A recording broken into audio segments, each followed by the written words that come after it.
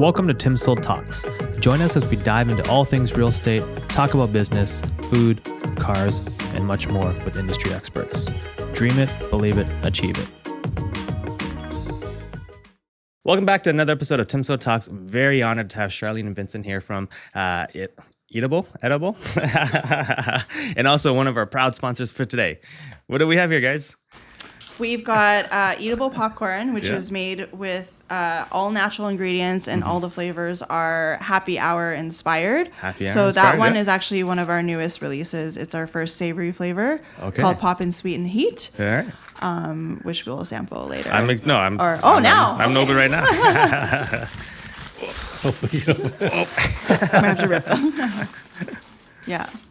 So this one is a very light kettle corn that was spritzed with Pinot Grigio and has some sea salt, some chili pepper on it. So it's like a nice sweet and salty umami kind of taste that pairs wonderfully with a glass of white wine. With a glass of wine? Oh, shoot, I should have brought some. Next podcast. Yeah, I actually had a podcast with a U.S. broker that came by, Mexican descent, and we've known each other for a long time. And I just came back from Cancun, and we bought like 3 or 4 bottles of tequila just to have a little tequila session here. Amazing. All right, so I'm so popping hot, sweet, and heat. So, you guys probably eat enough of this at home, or I don't know. You'd be surprised. Like, I think when you're all around it, it's different. But definitely when we were starting this, popcorn was a staple in our home. Vince and I actually met and bonded in a wine tasting class when we were dating. Oh, wow. So good food and good drink has always been a part of our relationship and our relationship. And we had been making popcorn for years, like on our kitchen stove, like for Friday night just as like marathons, like not really thinking anything of it. Until like one day we were invited to a housewarming party, and we're thinking, what should we bring? And we want to bring something that's fun and delicious. And we went to our local grocery store, just like walked the aisles, and didn't really find anything that we were really excited about. Like all the sweet confectionery stuff was laced with artificial flavors and ingredients and what have you. And then on the flip side, like the healthier snacks were not very exciting in terms of flavor profile. So like we literally went home and we pulled a recipe for stovetop caramel out of a chef's cookbook. And Vince had the bright idea of throwing in a shot of single malt scotch into it. I was not drunk. And then we finished it up, baked it in the oven, brought it to the party, and the rest was history. And that's kind of the happy accident that created, Wow. And that was the genesis of everything, right? Pretty much. That's actually the first flavor, the original, what we call the OG flavor. The OG, Eatable, called Whiskey on the Pops. Whiskey on Pops? So it's like all natural caramel made with real butter, like the old fashioned way, and has a single malt scotch in it. So you get, if you're a whiskey drinker, you'll kind of recognize those subtle, smoky, peaty notes that come with it. So it's kind of like taking classic confectionery flavors that everybody knows and loves, and then adding that whole like happy hour component into it that just makes it like a really grown-up snack. Wow. So that's that's amazing. how EATABLE was born. Yeah. No, and these are really good. So you got that sweet and a little bit of a kick at the end. A little bit, yeah. This is our first kind of like everyday flavor. When we first started, we knew we wanted to create like indulgent popcorn, but without all of those artificial flavors and preservatives and stuff like that makes you feel guilty. And so like actually neither of us had a food background. I came from an accounting background, and Vince had like a real estate and IT background. But honestly, like this was really just like a classic story of us like following our passion. And we happened to live in Boston a few years ago.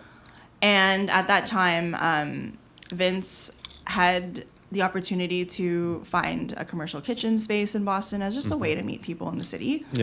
And that actually ended up in a pitch competition where we made the whiskey popcorn. Wow. It placed top 2, and that was the sort of eureka moment that we were like, maybe we should actually turn this into a business. People probably really love this, and we should try to do something with it. So we had our son. He was about 18 months at the time. Oh, wow. And decided to move back to Toronto, where we were both born and raised, and just kind of start the business here, just within our support network with our families around. Yeah. And then, like, in the commercial kitchen that we launched at, it happened to be run by like a cordon bleu pastry chef. So Vince spent about a year basically working working alongside them, learning the crafts, kind of honing the skills, and just trying to, get a grip on this whole industry that we've never been in. Yeah. So then it was kind of eye-opening for us before, and it kind of helped us parlay that into like our own space. So then going into our own space, it wasn't like we're starting out new, like from scratch completely. Like we already had kind of some background, some experience. Like we kind of knew what equipment we wanted to source. So then it kind of helped with the segue into that, rather than just being a shock, like, getting what do I into your own do? Yeah. space, like what am I doing? Right? So I think it helps from that standpoint. So it always helps to kind of leverage the skills of other people that are already kind of experienced in the industry. So Yeah, no, wonderful. So how long has this been? So you said they started this when your son was 18 months, but your son's a few years old now. So how, like, is this... When was about 5 years now. 5 years? Launched in Okay. 2019. Launched in 2019. Right So before just the for the pandemic. Oh my Yep. goodness. So that kind of a great segment to our, some of the challenges that you faced, especially during the pandemic. Can you kind of tell us, share some of the stories around that, or what was some of the challenges you faced during that time? And So, I mean, we were like knee deep in just having to figure things out, even with starting a business, let alone doing that in the time of a global pandemic. Luckily, though, I think some of that worked in our favor. So typically a lot of food brands, when they start out, one of the main paths they walk is to sell within grocery stores and to get that retail distribution. For us, we chose to start in the online space. So we sold through a Shopify store. When the pandemic hit, I think it really helped basically give a tidal wave to that whole e-commerce side of things. So in a sense, we kind of grew from that. And one of the challenges from day one has always been staffing and just growing a team. But we actually had the opportunity to work with one of our really core members of our team who's still here today, a professional chef that helps us with our recipe creation and oversees all the product innovation that happens at EATABLE. He was furloughed from a job at one of the large hotels downtown. So we just kind of took that opportunity to say, we need help. I think we could use an extra set of hands. And the chef has been here since that time then, and has right? never left. But so I think for us, it's all about, looking at challenges of that time, but how can we turn them into opportunities instead of looking at them like limitations? So that was one of the big things for us. So you mentioned staffing. How big is the operations now? How far have you guys grown it? How many people is it? How many people on payroll? 5 people. Yeah. Okay. So yourselves, chef, I guess some logistics and some background. So you do all the manufacturing in Canada as well? I take it? We do all the manufacturing in our facility in Vaughan. We brought on a lot of other partners across like North America to kind of help with certain aspects of it, like some fractional resources. I think in this day and age, like with small businesses, like the whole point is to try to source talent anywhere in the world, essentially, or anywhere you can. And wherever the best talent is, like that's where hopefully you can kind of tap into that through, maybe fractional. You might not be able to afford them on a full-time on a full-time basis, but at least you can bring them on fractionally and leverage their experiences. And also sometimes when as we're starting to grow into the US market, we might not be as aware of that market itself. So it's nice to leverage talent that is from there, from wherever you're looking to expand into, so that they already bring on that experience, so that we don't have to start from scratch again. Exactly. Yeah, so I see. So you said, it's funny that you said you're expanding the US. You've only just kind of developed your foothold here in Canada, and you've kind of done quite well. I think you guys are in quite a few major outlets here. Can you talk about that? Yeah. So currently, EATABLE is sold across more than 1,600 retail locations, both in Canada and the US. So far, earlier in our journey, we really leaned into supplying our products through gift shops, higher end grocery stores, independent grocery stores, boutiques. And as our business has sort of grown and matured, we are now trying to draw that bridge from an independent channel to a mass retail channel. network, So our first couple of larger retailers were like department stores in Canada. Yep. Same with the States. And now that we're sort of getting our name out there and sprinkling this product throughout, we've gotten like really good major interest from like large grocery chains within the U.S. as well, and growing that footprint in Canada. Okay. Yeah. Could we let our audience know where can they find you, or is that still NDA? So right In now the works, yeah. we're sold in about 850 or so edible arrangements locations across both Canada and the U.S. So anytime you're looking for a fruit arrangement as a gift or something, make sure you add on a bag of eatable popcorn. Yeah. Because that's a really nice add-on. We are also available at well.ca, Natura Market, and a couple of other retailers. Yeah, physical stores, it's like we just got into Sprouts, and it's like a bigger grocery store like that's more West Coast based. Okay. And then we're in the process of onboarding with like Central Markets. Yeah, that's a really big chain in Texas. So okay. A lot of exciting opportunity. And I think, it's really cool to see for us as business owners. Like it's always been a dream of ours to walk into a store and see a product on the store shelves. And so it's just a really kind of cool, rewarding full circle and moment. Yeah. And when we're able to kind of bring our kids along with us in that journey, like we'll go to a store and then they'll say, "Oh, mommy, there's your popcorn." And it's just like, do you know what it took to get it there? But it's pretty still cool to see, and it's nice to just get that validation from like your community and just other retailers who kind of are just excited about your product and excited to introduce that to their customers. It's a really special feeling. Oh no, it must be so rewarding to see that. It's like an accomplishment in itself, right? Just to be, posted inside a retail outlet, right? So, congratulations to that. That's truly an amazing story to hear. And speaking of that, how did you venture into that? Because obviously it was all online sales before, like, or how you primarily set up. So, how did you venture into the retail, like physical retail space then?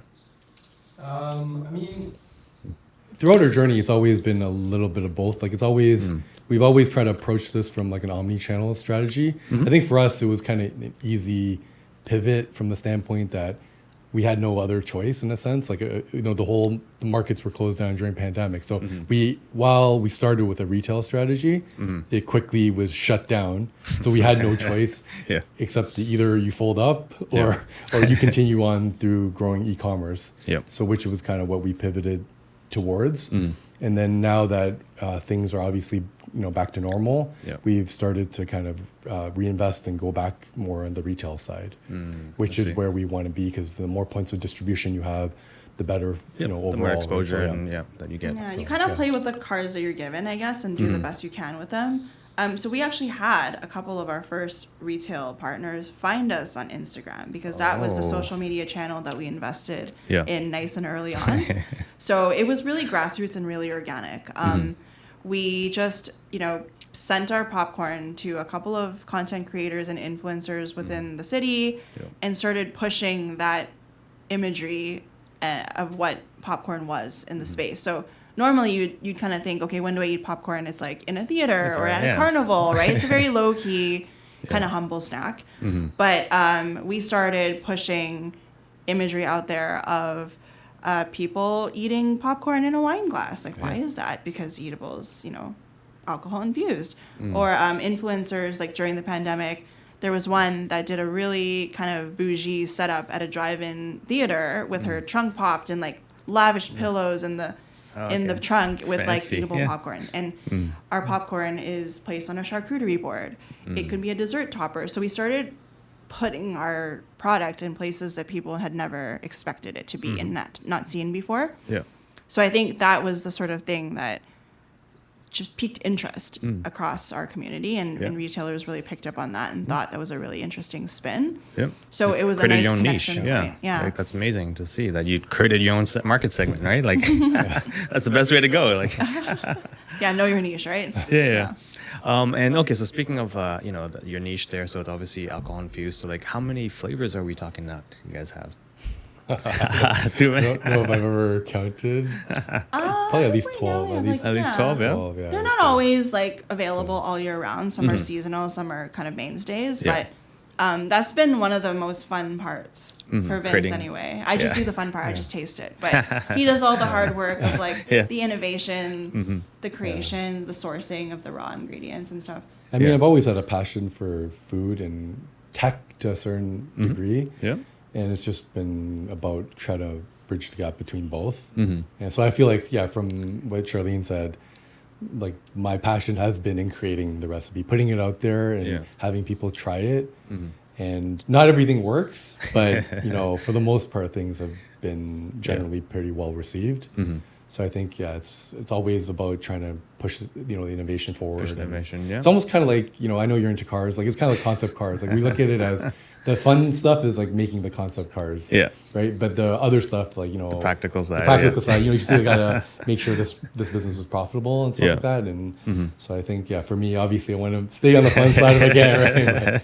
But, yeah, Like it's the mad finding that scientist in the balance, back, right? yeah. So, yeah. But, Yeah. I see. I think like finding that niche for us has been a really big game changer because we never really saw ourselves as just a food brand from day one. Yeah. Eatable is a lifestyle brand, which basically has allowed us to expand what we do outside of just like the food space and the grocery store.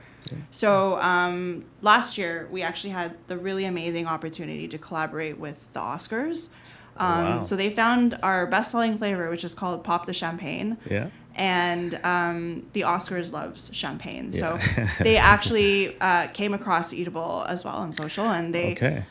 we had the opportunity to do a custom version of that flavor for the 95th Oscars. Okay. We did it again this year with a Yeah. truffle flavor and even got into the Ooh. swag bag. So Wow. I just feel like the ability to make our own recipes and do our own manufacturing has really just like allowed us to take like this brand to places of fashion. Like we've done a collab with Holt Renfrew Oh, before. wow. Okay. Maybe one day we'll do one with a car company. That's our goal. But I think, you know, the cool thing is that like regardless of what industry you're in, food is a connection point for everyone. Food is always relevant. Yeah. Food is something AI can't really replace. No, you know, you it's can't. something tangible. Like everybody needs it, just like real estate. Yeah.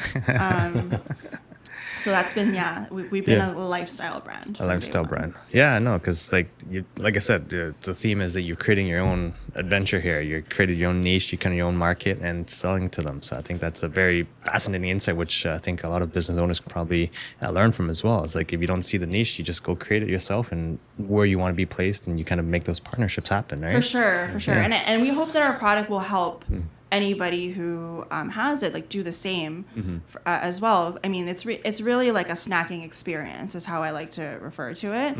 We're not just selling popcorn, we're selling like a way to connect with people, especially after the last couple of years where we've been so disconnected. Yep.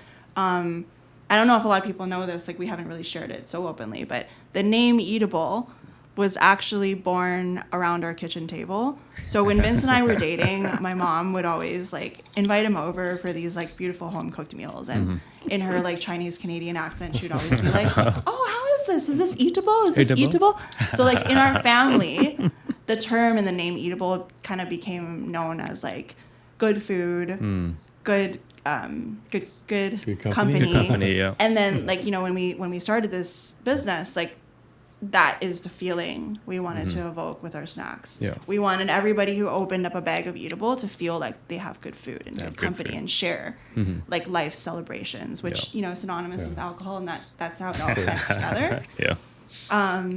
But it's a feeling and it's an experience that we wanted to kind of convey. Yep. with Yeah, our and product. you're sharing that experience with people. So yeah, and these are really good. I think I can't stop you. So a lot of them, pairs well with alcohol, but do they actually have alcohol in it? Most of them do, but we through our cooking process, it's Yep. like all the They just distill that alcohols out. are removed. Yeah. Ah, So okay. it's more so leaving So it's- it with the flavor notes, like the flavor. base flavor notes. So these are kid friendly, I guess, right? They are kid friendly. Our kid loves them. Are they part of the process right now? Or are they part of the business, or how much are involved with them? as they see you work, your tails off to try and bring this baby to, or bring it to market?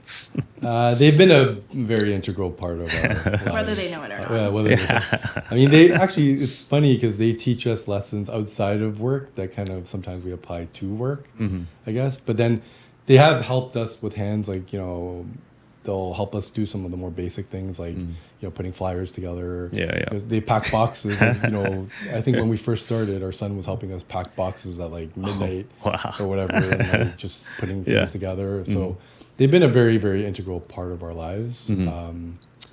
But yeah, I mean, they're still probably a bit younger, but they're a bit young. Yeah. But I mean, they have helped. Like it's, I think that our business we've tried to involve our family as much as we can. And, obviously not everyone can do the same things, but for the most part, everyone helps. So I can't say that they haven't done anything. So, And I think a lot of entrepreneurs, I'm sure, start their businesses with the idea of, pursuing a sort of freedom in the way you can manage your work schedule or like what you ultimately want to do with more financial resources when your business is successful. And like one of the things that has helped with our kids is it opened up the idea of like why we chose this lifestyle, or like even talks about money and things like that. Or what goes into putting a food product into a grocery store shelves and what it means to go through a distribution warehouse. And so those are the kind of conversations we kind of have around the dinner table that maybe not everyone whose parents are not in the line of business that we are would be having. So we've also brought them along to trade shows when we've had to travel. So we found creative ways to mix business with family life in a way that kind of works for us. And hasn't been without its challenges, especially during the pandemic. But I feel like now, it's that whole saying, like, the days are long, but the years are short. And I think, just genuinely, we've really enjoyed like bringing our kids into our lives this way and just showing them kind of like all the like glamorous but also not so glamorous parts of running a business. But hopefully they probably only remember the glamorous parts. Like, when we did a trade show in California, or in Los Angeles, like we took them to like Universal Studios after. So they probably only remember those parts. A little maybe one for day them, it'll right? click. No, I think it's important to involve them when they're younger, because you're kind of educating, them as well, because you're not going to learn about this entrepreneurship through school for the most part, the traditional schooling route. Seeing you kind of, with your success, seeing you kind of like go through the problems, how to problem solve. I think those are great life skills you're teaching your kids. So kudos to that too. We try to do that with our kids too. So, every open house we go, they kind of help me put up the signs and everything. It's my little minions out there. Our kids have driven by and seen your face on other billboards and signage around. They started pointing, they're like, you're everywhere. Being targeted. Okay, so as we kind of start wrapping up, but what are your future goals? You're obviously taking it from ground step one to kind of like, I think middle of the journey, but now as you're continuing to expand the U.S., like where are your future goals and ambitions with the company? I think it's just really just to continue growing our retail footprint. Firstly in North America, but hopefully one day, globally, that would be like the ultimate dream. Because I think the world just needs to discover, this type of product. And especially with so many of the food available out there with like less than ideal ingredients inside, it's, we consider ourselves like a part of that movement that says, you're allowed to have an indulgent product, like a delicious product, and you can make it without the shortcuts that a lot of the big food companies have. So just, making sure we make that more and more accessible to families and people everywhere is what we want to do. Yeah, I would say it's the same. More interesting collaborations too. That's just been so. Something we purely enjoy and just like something unique we've been able to do with EATABLE. We hope to continue that as well. Okay, I look forward to seeing you in the car dealership soon. Maybe a Porsche one. Maybe. Make it happen. Okay, so as we kind of wrap up our thoughts here, like looking, any advice you can give to any young entrepreneurs out there, or people just starting out, like what would you kind of words of wisdom to provide for them? I think very cliche, but it's like just start. Like you're you're not going to know everything right from the get-go, and you don't plan to know everything. Yeah. You're going to have to figure it out along the way, and then also make pivots along the way. Like whatever life throws at you, you're going to have to figure out how to volley back and hopefully figure out a path that works for you. And no path is the same, right? Yeah. Just because, you have run a successful real estate business doesn't mean I can follow in your exact footsteps and get to your exact spot. It might take me a different route. Yeah. So I feel like it's the same with any business, starting any business. It's just you figure it out on your own accord. You work with the cards you're dealt with. Yeah. And you move forward, but you're going to get there. You'll figure it out, and you will get there as long as you put in the time and the effort to try and figure it out. Yeah. Okay. No, great advice. Charlene, any?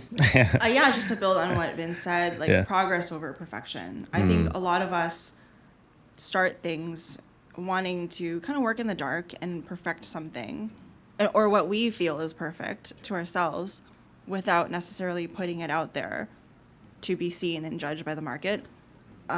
Especially with food, that's been a really important thing. Like, just because we think something is good, if our customers don't think it's like that and they're not willing to support that, and through sales, then we might have to be okay, like letting that go and constantly pivoting. And I think a lot of entrepreneurs, it's funny, we talk to, like, everybody says, if I knew how hard this was going to be, like if I had a crystal ball that showed me how hard entrepreneurship would be, I probably wouldn't have done it. So you'll think of a million reasons why not to do something. Do it. Yeah. But you just need to say yes to the right things and hope that, throughout that journey, you'll have the commitment and the grit and the resilience to keep figuring it out. I joke, but it's kind of like when you have kids. Yeah. You knew how hard it was going to be. Would you have had that? Would you do it? Yeah. So, I guess the reward at the end is worth it, exactly, right? Like, it's those little moments of joy that come from, like, your kids or like seeing your business thrive, and it makes it all worth it. It's strange. Yeah. But exactly, if they wanted to come and reach out to you, what would be the best platform? Definitely hit up our website, eatable.com. And follow us on social. Our Instagram is EATABLE Inc. EATABLE, EATABLE-INC on Instagram or TikTok. Yep. Yeah, and we'll make sure to put those links for you guys to find out as well. If you enjoyed today's episode and looking to buy, sell, invest in real estate, you know to call. Give us a 5-star review. And remember, guys, dream it, believe it, achieve it. It's a beautiful day to sell homes. Thank you very much for coming on, guys. Thanks for having us. Thank you. Hi, I'm Tim Kern, and I proudly lead the TimSold team. We're voted as one of the top 3 brokerages in Markham, and we will sell your house fast and for top dollar with the least amount of hassle, or we guarantee to buy it. Call us today and start packing.